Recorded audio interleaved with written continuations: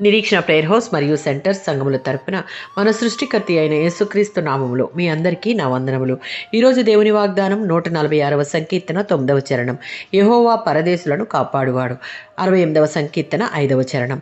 విశ్వానీయులే రాజుగా ఉన్న మన దేవుడు పరదేశులను, తండ్రి లేని వారిని, విధవరాళ్లను, ఒంటరి వారిని ఆదరించి, లాలించి, ప్రేమించి, కాపాడి సహాయం చేసేవాడు. దేవుడు తన ప్రజల పట్ల చూపినంత ప్రేమ, శ్రద్ధ ఏ భూమిని పరిపాలించిన రాజు తాను ఏలిన వారి పట్ల ఎన్నడూ చూపలేదు. తిరుగుబాటు చేసేవారు మాత్రమే దేవుని ఆశీర్వాదాలను పొందకుండా ఉంటారు. అయితే వారు కూడా తన వైపుకు తిరిగి తన దయను చెవిచూడాలని ఆయన యొక్క కోరిక. 147వ సంకీర్తన 6వ చరణం. యెహోవా దీనులను లేవనెత్తువాడు.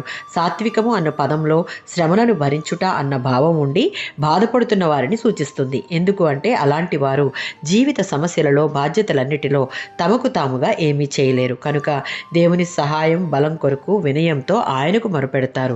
వినయంతో నిండిన ఆత్మగలవారి విషయంలో దేవుడు ఆనందిస్తున్నాడు. కనుక విశ్వాసులందరూ దేవునికి సంతోషం కలిగించేవారుగా ఉండడానికి మనపూర్వకంగా ప్రార్థించాలి. దేవుడుకు మనుషులందరూ ఒకటే. అందరినీ ఒకే రీతిగా ప్రేమిస్తున్నాడు. ఏ భేదమును లేదు. తల్లిదండ్రులు లేని వారైనా, విధవరాండ్రైనా, పరదేశులైనా ఎవరైనా సరే దేవుని యందు విధేయత కలిగిన వారుగా ఉంటే వారి ఎడల శ్రద్ధ కలిగి వారిని కాపాడే దేవుడు మన దేవుడు. ఆమేన్.